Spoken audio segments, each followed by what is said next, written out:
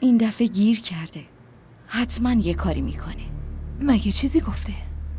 نه، ولی چشاش حرف زدم. قشنگ میگفتن که تو به گردنبندت میرسی، حتی اگه مجبور شه گدایی کنه.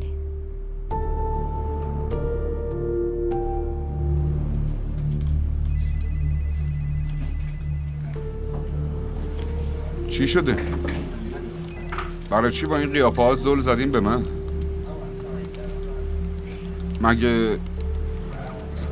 مگه کسی مرده؟